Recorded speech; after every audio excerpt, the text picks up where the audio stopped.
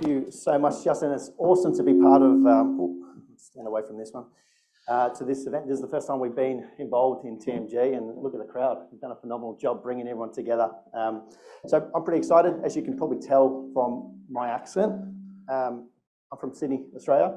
I'm the Senior Marketing Director for ON24, which is a company that is really focused in the digital engagement space. Today we're going to be talking about how digital engagement and strategies with the usage of webinars, virtual events, content experiences are helping marketers all around the region, all around the globe, drive revenue and drive that business impact.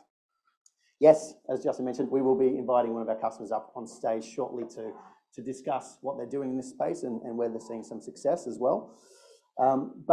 Quick show of hands. I'm sure I'm not going to get as many hands as the ChatGPT poll, but as a webinar marketer myself, how many of you are aware of ON24? Okay, not too bad. I thought I had a little bit more work to do in Auckland, but not too bad at all. I think the pandemic was pretty kind to businesses like ON24, Zoom and the rest. But for us, just a quick little intro, obligatory introduction to ON24. We are a digital engagement platform. We have a range of experience-based products. So it's not just webinars, it extends well past that as well. But our premise is about generating first-party data that helps marketers find those opportunities to unlock revenue growth. So real quick overview of the platform, just to break down that mold that we're not just about webinars. We do have multiple categories as part of our SaaS offering, from webinar solutions for small roundtables to big webcasts as well. We've got virtual events, the massive conferences. We all remember those. They were pretty popular a couple of years ago. But also content experiences is part of our offering as well. So we offer things like these B2B Netflix sort of hubs, these on-demand hubs that help marketers get more of on-demand content, as well as helping marketers with ABM solutions as well. But today's not about all of that. This is about how do we actually drive revenue growth from our online audiences and how do we create meaningful connections. And we'll be interviewing Sophie all about that in just a moment. But I want to start the conversation today with a statement which I think we can all relate to, that growth in 2023 is certainly going to look different. We don't have to look too far. Justin already mentioned some of this at the top of today's session, that we're all struggling. We've got budget cuts. There's all sorts of restructures happening around. You just look at LinkedIn. How many of your colleagues and people in your network are succumbing to the economic outlook ahead? So it's already tough for marketers, and it's going to get more challenging as we get through. On top of all this, Forrester released reports. I'm sure you're all across all this as well. It takes a lot more for marketers these days to get a lead through that sales process to the point of revenue. The number of interactions as an average, that as it stands as of Forrester's 2021 buyer's behavior report, sits at 27 touches. It's a lot of touches that we need to have with our clientele, our future prospects, to get them closer to that point of purchase. And there's more of them. The buying committees as well are growing. They're growing drastically, almost a 43% increase since the last time Forrester did this research. So there's more people that we need to reach. There's more people we need to engage. And further research shows that how do they want to be engaged? Well, it's online. So this is how we need to care. Of course, these events are great. I love being part of these. I flew all the way to Sydney to be part of this event today. But the reality is many buyers, 70%, are spending their time researching online, and we need to be aware of that stat and design programs that are actively designed to engage effectively, educate, and inspire them to take action. And Gartner also indicated that by 2025, that's not too far away. These years are flying. 80% of the interactions between a supplier and a buyer will all happen online. So all roads are pointing towards digital engagement and getting this right. So it's no wonder that so many businesses around Asia Pac or across the world are really rethinking what does meaningful engagement look like. And that's really what ON24 is here to do, help companies drive that engagement with audiences. So from thought leadership programs to demand gen programs, the best practice series, we've all got some sort of play in that webinar space. Many of them are coming and going, how do we completely work outside the edges here, outside of the box, and think about how do I reimagine what we're doing? And I want to show you just a couple of examples. Then we're going to talk to Sophie from ABB about what she's doing. But these are a couple of visuals. I just want to really show you what's happening outside of the Zoom, the WebEx, the GoTo worlds where we're used to engaging in these sort of platforms. This is a company, Adobe, and when you walk into their webinar experience, is what it looks like. These guys believe in an always-on webinar program, a digital-first approach to engaging their audiences. You can see how creative and how immersive some of these experiences are. They're multi-touch. You can do lots of things through that experience. This is not just about a talking head or a slideshow presentation. This is about immersing the audience in their brand and trying to drive interactions and engagement with that audience. But it's not just the creative geniuses over at Adobe either. Many companies across different industries are doing. This is a company called Mercury Healthcare. You can see a simple panel conversation, but how they bring it to life with simple creativity. You see all the call to actions and things that you can do as part of these experiences. And this is all about not just creating great brand experiences, but also thinking strategically about the opportunity ahead of us, right? So Autodesk in the construction industry, yes, they create a great experience. It looks great. It's immersive. There's lots of things that you can do, but they really think strategically about what it is do they want to know from the audience, and how can you create that first-party data or that actionable data that you can actually leverage for either sales conversion, profiling your audience, or just more meaningful customer engagement. So all the tools, the selection, the things that they're choosing to do as part of these experiences, it's all done by design, right? Because they want the data off the back of these events to help them drive better conversion. And of course, it's not just about building pipeline and revenue. Of course, that's ultimately what we're trying to do here. But it's also about accelerating. A company called MIB, I think they have a presence here in New Zealand as well. They built a full funnel marketing program, and through this webinar program that starts from the top, not just thought leadership programs, but are designed to push people through consideration and right to that point of purchase. These guys have sped up their sales cycle by 8 times. So there's something in it. If you can get this recipe right, this is the key to unlocking lots of success. So for us at ON24, we focus on engagement. Every one of those solutions that I shared with you is all laser focused on how do we drive maximum engagement out of each interaction that we have, so that we can create that first party data that helps us find those insights that unlock opportunities for revenue growth. And the companies on the slide here have found that recipe. They've unlocked it. We've got companies like ServiceNow saying our webinar channel is our #1 source of pipeline. Not in the pandemic, post-pandemic, before the pandemic. This isn't just a band-aid that they use to replace physical events. This is an always-on digital engagement strategy. Microsoft, another company that's seeing tremendous success using our technology. 7.2% of webinar attendees are converting to paying customers. So you get this recipe right, you find those ways to engage, interact, and stand out from the crowd. This is what our customers are doing. And one of these customers is in the room today, seeing tremendous results. So I want to introduce our guest speaker today, which is Sophie Neate, the head of global digital marketing and content over at ABB, to pull apart their webinar program, and we'll have a bit of a fireside chat. So please join me in welcoming Sophie to the stage. Welcome, Sophie. Thank you, Tim. All the way from Wellington?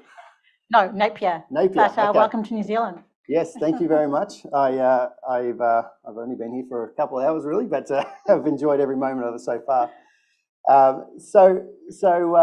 Sophie, why don't you start with a bit of an introduction and get the crowd acquainted with your role and what you're doing. Absolutely. So my name is Sophie Neate. As Tim mentioned, I'm head of global marketing for digital and content for ABB. For those that don't know who ABB are, we are a global engineering business. We're in over 100 countries and have around 150,000 talented employees working for us. So my role in ABB is to manage the marketing aspect, and of course I cover those over 100 countries. So, a lot of you may be thinking, based in New Zealand and even Napier, it does present those, I'd say, awkward hours, but normally our head office is based in Zurich, so I would normally be there. But thanks to, I'd say, the performance that I have achieved at ABB, they've allowed me to work in New Zealand in Napier.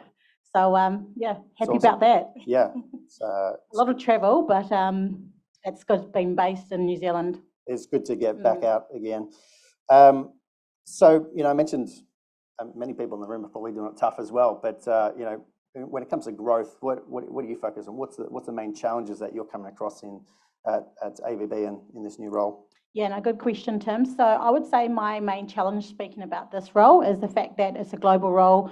I manage over 100 countries with my team. The challenge we have is being able to connect to those people from a personal sense, and also, if you have events, personal in-person events, that can be expensive. So finding a more non-expensive way to touch or reach those people at a personal level is definitely a challenge that we are facing. I'm sure, those in the room that have global roles or have worked for global companies would be in the same boat as me. Yeah, it makes sense. We hear that all the time.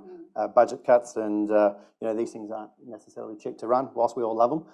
It's hard to get all over the globe. So, Absolutely. So how's ON24 sort of helping you with some of those challenges and fit into this mix? Why are you focusing on webinars? I hear a lot of the time, even this morning, I was speaking to a lady, we're all going back to physical events, and that's great.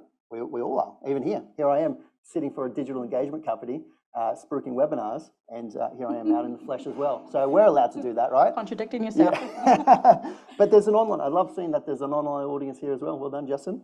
So how does ON24 and why webinars so important for ABB? Yeah, no, again, we do participate at in-person events, but I'd say to make sure we reach a wider audience, if our approach is mass marketing, we definitely look towards digital or online software such as ON24.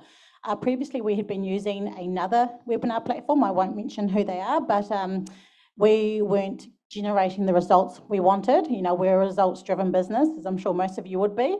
So we wanted to, I'd say, improve our engagement, which we're finding that the existing webinar platform wasn't achieving.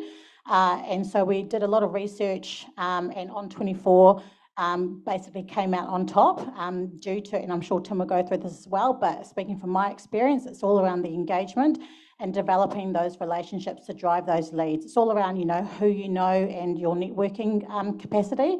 So ON24 definitely delivers that, and we'll get to the results in a minute, but it's definitely a worthwhile try, and if you haven't, if you've heard ON24 and actually seen what they can actually deliver. I appreciate that.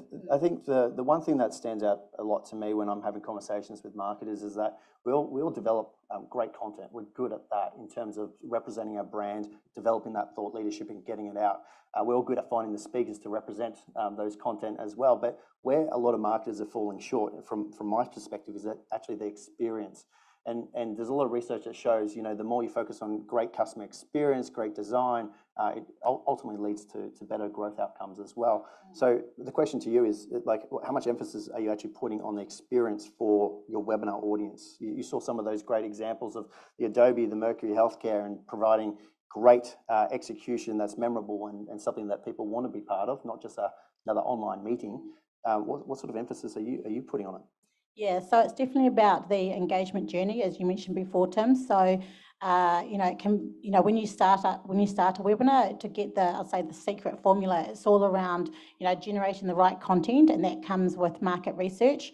Also, the speaker, you need to have a highly engaged speaker, because if you've got a speaker, that speaker's monotone, it doesn't really help. So, it's definitely good to have that speaker, a good, I'd say, engaging one, and then also, as I keep mentioning, Tim mentioned, is the engagement journey. So making sure that, the first point of marketing is all about driving those registrations, and ON24 definitely has those capabilities, but then also after the fact, having that on-demand element, which ON24 does have, and, nurturing them, bringing them further down the funnel if they haven't touched, I'll say, convert into sales qualified lead yet, or SQL. You want to, if you've got the MQL, convert it down eventually, and the nurturing journey or engagement journey is just as important. So, from my perspective, it covers both of those elements. Yeah, we're seeing a lot of marketers not just thinking about the type of content, which is obviously the key to attracting a great audience and engagement, but thinking about these experiences, whether it's part of a series or it's a big show that you're launching once a quarter. They're really thinking about how you actually drive an engagement, how you're weaving those points of interaction right through that overall experience, and thinking about strategic. It's not just about delivering content in a passive way. So how do we actually get the audience to get involved? And if you can unlock that and get people talking, communicating, engaging, downloading things, participating in polls and surveys, taking call to actions, it's a really great way to collect the data that helps you be more effective in this space. So, someone was talking, Justin, I think you introduced us as there's a lot of digital fatigue or Zoom fatigue, I think you said. That's true, there is. Maybe not so much as now because there's variety out in the world. We can attend these in-person events, and online is just another channel. But what we saw, we do a benchmark report every single year, and that looks at 400,000 webinars across the globe.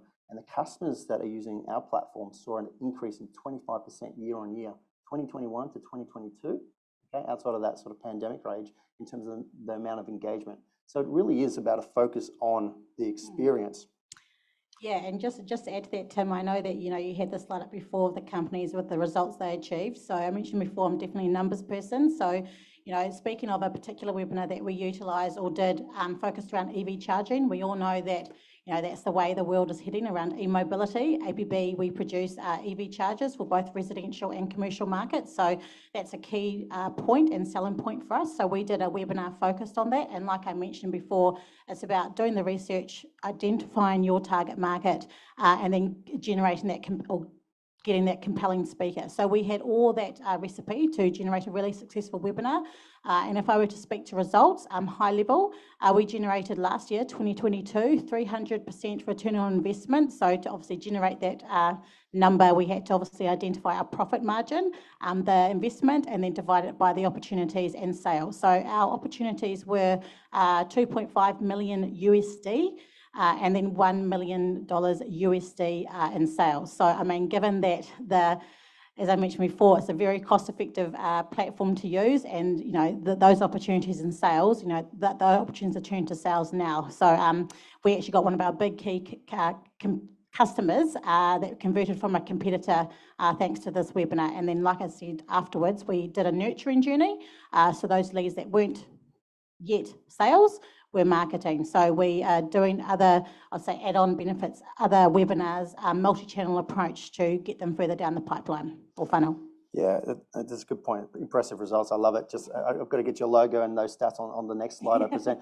But I think the key thing in this region in particular, something else that came out of our benchmark report, is the focus on demand. And too often I hear from marketers like, I got 20%, 30% showing up to my event. Is there fatigue? Do people actually want to engage in this way? The reality is that more and more consumers are focused on on-demand attendance, consuming content on their time and terms. So you need a platform. These experiences that I showed before, these are live, on demand, they're interactive regardless. These aren't just flat videos that you might post on Vimeo or YouTube or part of your website. So the on-demand element is something that we all need to accommodate for, thinking about how do we engage on the audience's terms, right? Can I just add something to that, yeah. please? I'm sorry to interrupt. Yeah, I mean, you touched on a really good point there. We utilise our on-demand webinars for gated content. So we're marketers, we're all not gated contenters. I don't need to explain that to you. So we use that to generate more marketing qualified leads. And the advantage of that is that people, if you have on-demand, as you know, you can stop, play, the advantages of still being able to ask the questions. So the Q&A is still live within ON24. So those questions are still filtering through to us. And when we go to interact with our customers, we basically prioritise the questions. So questions asked versus no questions asked. That's how we identify the priority list. And, again, the on-demand is definitely a good nurturing strategy as well. Yeah. And what we use. The way I always think about it, particularly when budgets are lower, we always think about how do we produce great content and a great experience, but then look for new eyeballs. So that on-demand strategy really comes to life. So most marketers I talk to are thinking, well, I've got an on-demand strategy. I send out the recording post-event, but it goes much deeper than that. It's about how do you find new streams of eyeballs coming into your content.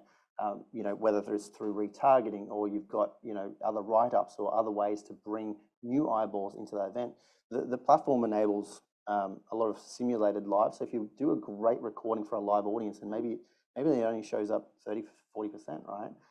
Yes, you've got the opportunity for them to come into that platform and still access and engage at that point. But at a later point in time, you can still open that same recording up and run that as a simulated live at a future date and time, maybe a quarter later, because you've found a new segment or new database that you can go after and promote to. So it's really thinking more broadly than just here's the webinar recording. Yeah, absolutely. And I think making sure you have a good follow-up strategy is also really important. So, as Tim mentioned, sometimes you do a webinar, not many people turn up. I think by industry standard, the amount of registrations you get basically split that in half, and that's going to be the people that actually turn up to the webinar. But don't be deterred by that.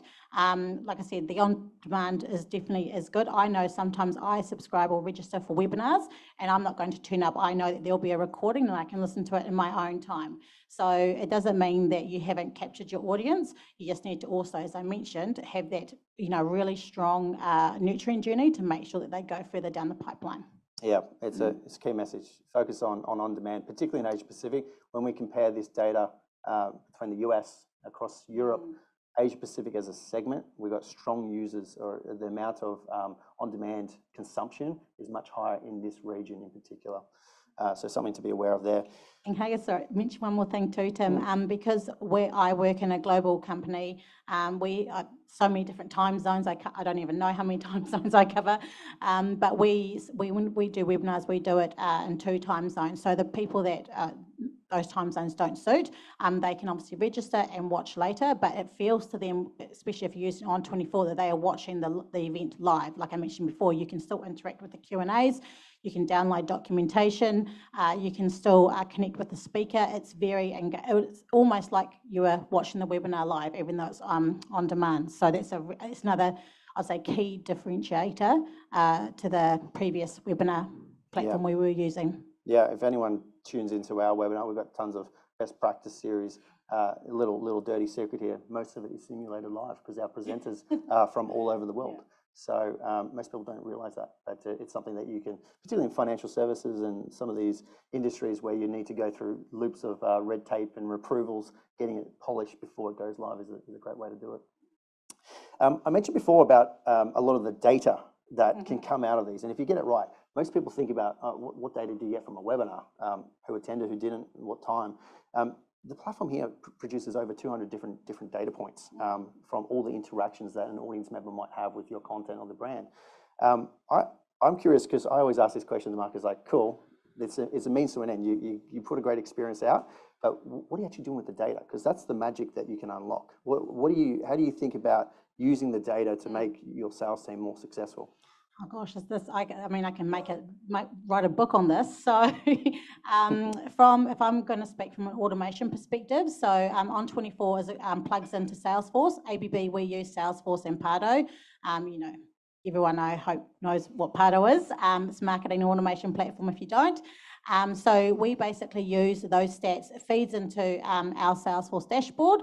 Then our sales team are able to pick up that profile depending on if they ask questions, how engaged they were, because ON24 provides those engagement scores, and then they prioritise, like I mentioned before, if they've asked questions. If they haven't, okay, I'm going to attack the people that answered the questions and have a higher engagement score, and then I'll work my way down the list. So before the sales team before they have engaged with the potential prospects, they already know a general sense of their engagement. So it's really good from that perspective, from a personalised perspective. It's on-time or real-time reporting analytics. So, you can open up the dashboard, whenever, and the results are live. So they're forever changing, especially for us because we're still using the webinar that we did last year. It's still giving us benefits, Tim. I don't know if I told you that. That's awesome. And then also the automation aspect. So, we use Pardot for all our automation activity, newsletter, whether it be newsletters, thank you emails. The list goes on. We focus on a multi-channel approach. So that's from that perspective. But also when the webinar is going, we have speaker profiles, which you can connect to them via LinkedIn, Facebook, emails, for example. And that is an element or a parameter that really works for us. If they start following our leaders on LinkedIn, we have an internal program where they post on a regular basis. So they, from a below the line type of perspective, they are able to connect with those leaders and follow what they're doing. So again, that's just another avenue or a way to move them down the funnel. And then, as I mentioned before, the whole engagement around the questions. There's also surveys afterwards, so you can really hone in on what you want to achieve based on your marketing objective. Yeah, So- that's awesome. We're now starting to see marketers think more more advanced ways to what can we actually do with it. So some of these data points that come off the back of webinars or a collection of webinars, how do we take something like an engagement score, maybe a score from 1 to 10, and use that to inform our lead scoring models? Not every webinar attendee should be graded the same way. So how do we treat them differently? So maybe somebody who is graded between a 7 and 10 might get more attribution. If you're using Marketo, maybe more points as an example, right? We're doing things like if your lead, one of your sales accounts, your primary A accounts is in that webinar, they're engaging, they're interacting, maybe give a hand raising sort of signal to show some intent. How do we quickly automate that? So, Sophie's with Pardot, but with other technologies like Marketo, you can do things like take that data point from that webinar interaction in real time and push that directly to the account manager, right? To say, you've got a hot lead in this webinar engaging with you, giving us some signals. That speed to lead is really important. So how do we facilitate that and get the needles out of the haystack? Because really what our sales team actually want here is they don't want more hay in the haystack, right? They want help finding the needles. And if we lean in on engagement and some of these signals, it's a fantastic way to cut to the chase and find those warm or hot leads to have that first conversation. Absolutely. So you spoke a little bit, Pardot. What do you see as the sort of main value is integration? I'm sure many of you, how many in the crowd are actually running webinars today? It's quite a few. I'd imagine there's a few. How many of you have that connected to a broader ecosystem like your CRM or your marketing automation platform? Okay, a couple kept their hands up. So it's what is the value in terms of connecting? Because the platform that we've designed is meant to fit within that MarTech stack, making sure that data is accessible through the CRMs, through the marketing automation platforms. But you've connected it to Salesforce and Pardot. What sort of value are you seeing from that?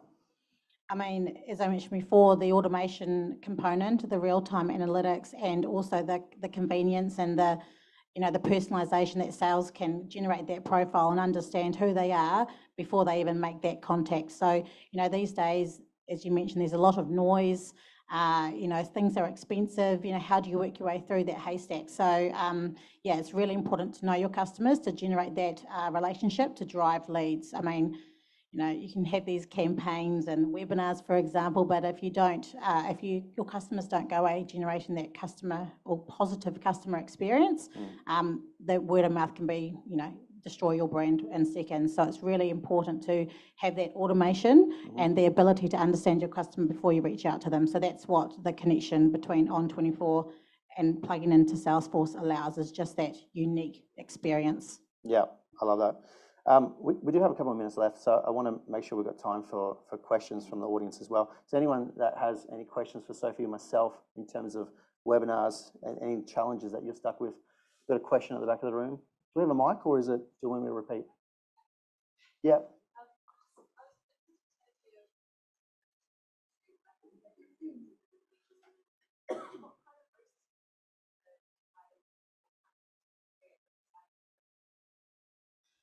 Yeah, no, good question. Okay, so in regards to deciding what our webinars will be, is that correct? Yeah, so it's based all around commercial growth. So we obviously have a company strategy. We have a short-term and a long-term strategy. So whatever those commercial deliverables are, those are the focus points. We obviously need to do our research based on, the need, because, we may think in ABB that, this is what our customers want, but it's also good to do research before as well. So